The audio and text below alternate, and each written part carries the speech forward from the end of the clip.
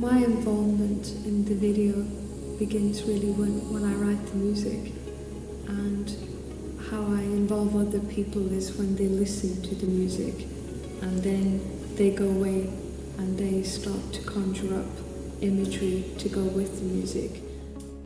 We talked about shooting at exterior and in forests and at night, and trying to create something a little bit magical by lighting at night and moving lights and things like that. And then I vanished off on holiday and didn't come back for 4 or 5 weeks.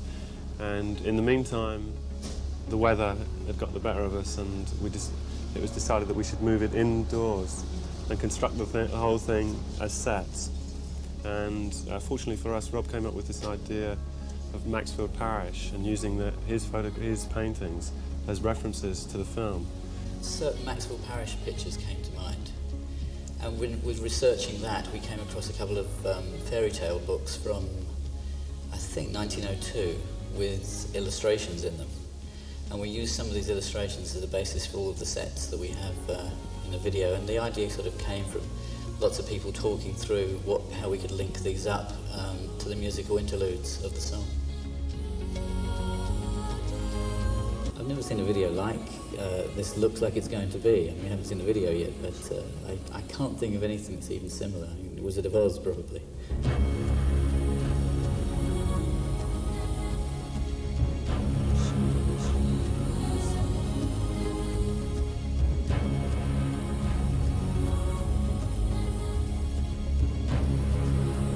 Quiet everywhere.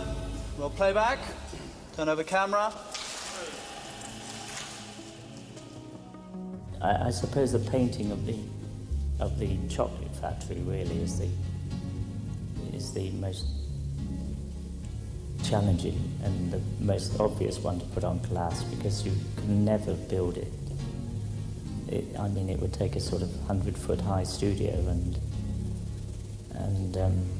20,000, 40,000 pounds just to create the steps alone. Glass painting is really just placing a piece of glass in front of the camera and painting through the camera and extending the painting to elaborate the sets, to glorify them.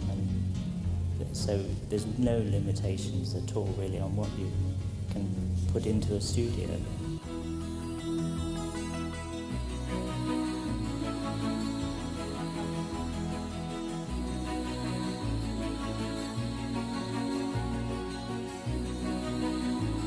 I got involved in this production when Cherry, the choreographer, and Rob from Warner were watching a performance at the Opera House, Covent Garden, and I was dancing Hobson's Choice. And the next day I had a phone call asking if I would do this video. I'm playing 3 characters. The first one, a butterfly catcher. The second is a man in the moon. And the third is an eccentric photographer.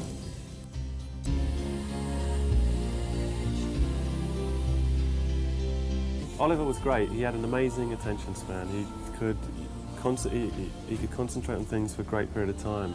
And once you'd given him his 2, 3, 4 pieces of action throughout the shot, he would just keep repeating them again and again. I don't think I've ever come across a 9-year-old child with that depth of concentration.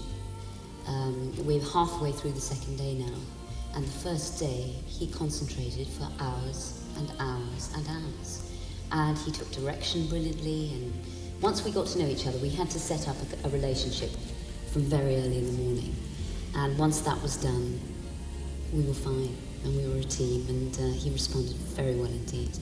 I auditioned for it first, and when I came out I said to myself, I'm not going to get this. But then Sarah or Amanda, I don't know her name, she phoned up and said that I had got it, and I was so surprised. I'm a sort of a normal boy, and then someone calls out my name, and then I just climb up this ladder into this sort of fantasy world that I go into. And there's just lots of things that I haven't seen before.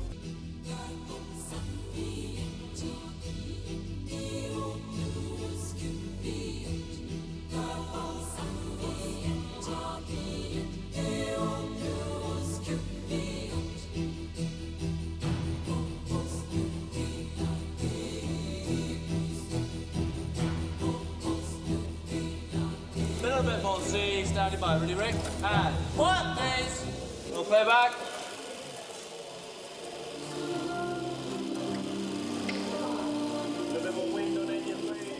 Basically we're turning reality into fantasy here, I think.